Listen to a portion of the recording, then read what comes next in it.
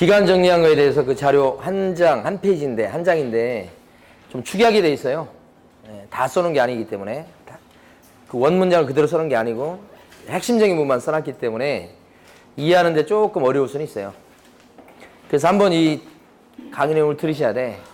근데 강의를 이제 수업 시간에 이건 하질 않고 저도 카페가 있답니다.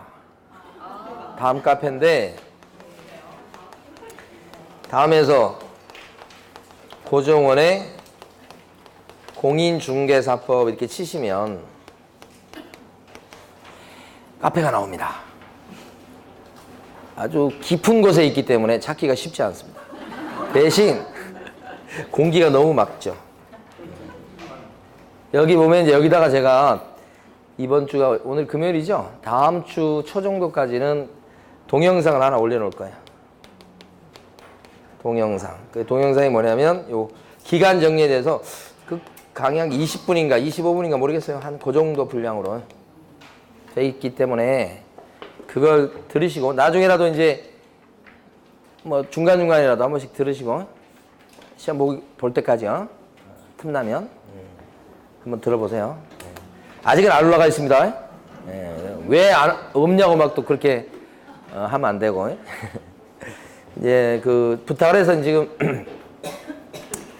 자료가 와 있을 수는 있는데 동영상이 근데 제가 아직 확인을 못했어요. 그러니까 빠르면 이번 주 말 좀 늦어도 다음 주 초까지는 올라갈 겁니다. 자, 그러면 이제 어디 할까요? 우리 3개 남았습니다. 3개. 제일 먼저 인장. 도장 얘기입니다. 도장. 자, 도장에 대해서요. 인장. 등록하시오. 이렇게 돼 있고요. 등록. 그 다음에 등록된 것을 사용하십시오. 이렇게 돼 있습니다. 사용한다. 사용한다는 얘기는 날이 난다는 뜻. 이렇게 되고요. 그러니까 도장을 갖다가 바로 찍으면 안 돼요. 등록을 시켜놓고 그 등록된 도장을 찍으라 이렇게 돼 있다고요. 그럼 핵심은 어떤 도장을 등록하느냐 이거예요. 핵심은. 근데 이게 자연인이다 이렇게 하는 것과 법인이다 이렇게 하는 게 달라요. 자연인은 숨을 쉬는 사람이고 숨 안 쉬는 사람. 이 자연인에 들어가는 것은 공인개공, 부칙개공, 소공 이런 게 들어가요. 근데 이때는 어떤 말이 와야 되냐면 가족관계등록부 이런 거. 그 다음에 주민등록표. 이 가족관계등록부라고 하는 것은 옛날로 치면 호적부 얘기합니다. 호적. 그 다음에 주민등록표에 거기에 기재된 성명. 거기에 올라있는 성명은 그 사람의 본명이에요. 진짜 이름. 그 성명이 나타난 인장이에요. 나타났다고 하는 것은 새겨진 인장 이렇게 되는 거예요. 그러니까 본명이 진짜 이름이 새겨진 도장을 등록하는 거야. 그런 도장이라면 이 도장은 인감 도장이어도 되고 그 다음에 막도장이어도 됩니다. 인감 도장 되고 막도장 되고 이렇게. 자, 그런 도장을 등록시켜 놓고 써라 이런 뜻이니까. 자, 여기서 중요한 것은 두 가지인데 하나는 이 말이 와야 되고요. 인감증명법에 따라서 신고한 인장. 이런 말이 오면 무조건 틀립니다. 인감증명법에 따라서 신고한 인장이라고 하는 것은 요걸 얘기하는 거야. 인감도장. 무조건 인감도장을 등록을 내고 써라. 그런 게 아니고 인감도장이 아니더라도 본명이 새겨진 도장이라고 하면 등록할 수 있고 쓸 수 있어요. 선택사항이라는 거예요. 이게 무슨 말장난이나 암기사항이 아니고요. 선택사항이니까 등록할 도장은 이것도 되고 이것도 되는 거라. 근데 무조건 이걸 등록해 라고 하면 틀리다고요. 선택사항. 이것도 등록할 수 있고 이것도 등록할 수 있고 본명이 새겨졌다면 이런 뜻이에요. 그러니까 하여간 시험에서는 인감증명법에 따라서 신고한 요 말 나오면 무조건 틀리다는 거예요. 요 말이 와야 돼요. 요 말이. 두 번째는 실제 등록하기 때문에 등록할 도장에 대해서 크기를 규제해요. 가로 세로 각각 7mm 이상 30mm 이내 그 도장을 파도록 돼 있어요. 그래서 그걸 등록하도록 돼 있다. 7mm, 30mm, 7월 30일. 제 생일이 얼마 안 남았어요, 지금.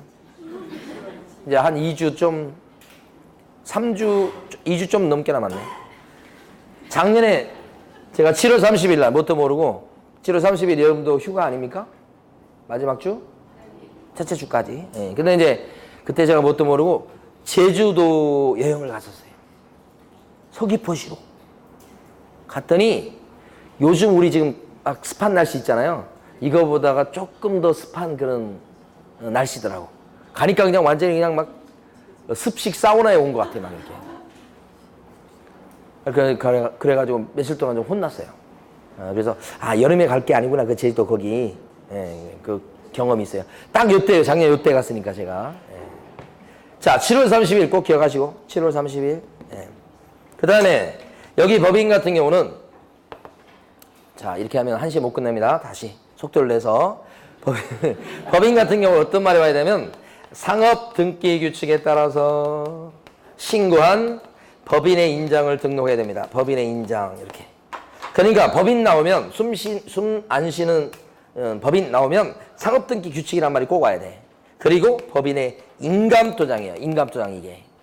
그러니까 문제에서 법인 대표자의 인장을 등록한다. 대표자 인장 이렇게 하면 틀리는 거예요. 대표자 인장이 아니고 법인 인감도장이야. 중요하고요. 그러니까 여기는 막도장은 등록할 수 없어요.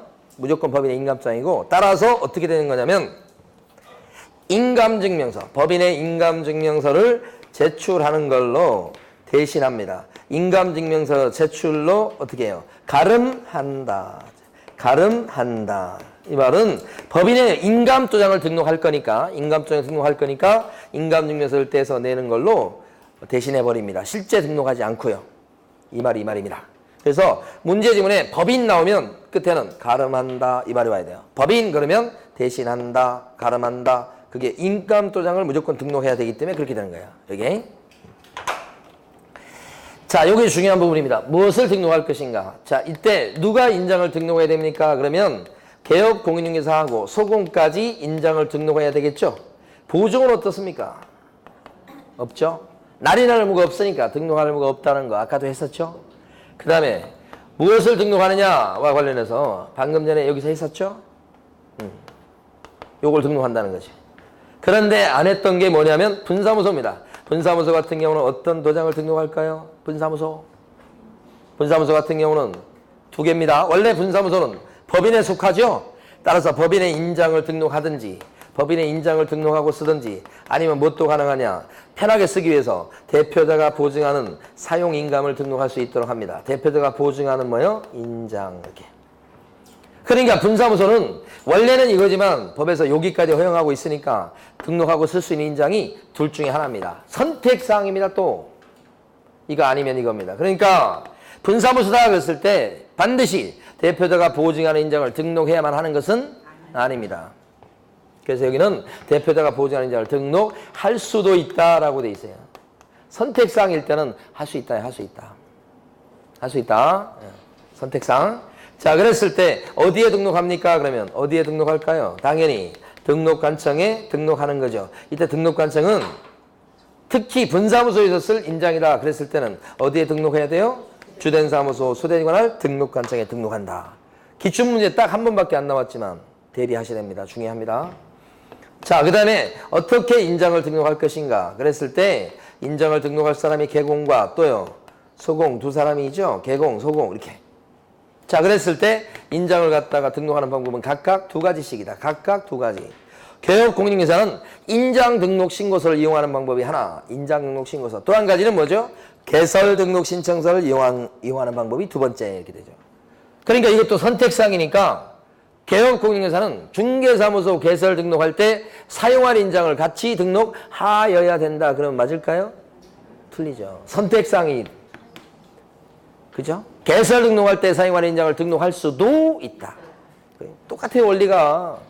이것도 두 개예요. 인장 등록 신고서를 이용하는 방법 하나. 또 한 가지는 뭐죠? 고용신고서. 고용신고서를 이용하는 방법이죠? 처음 들어보는 거 아니죠? 선택사항이죠. 자, 그 다음에 다섯 번째. 언제까지 인장을 등록합니까? 그랬을 때 처음 하는 사람은요. 인장 등록 언제까지 해야 돼요?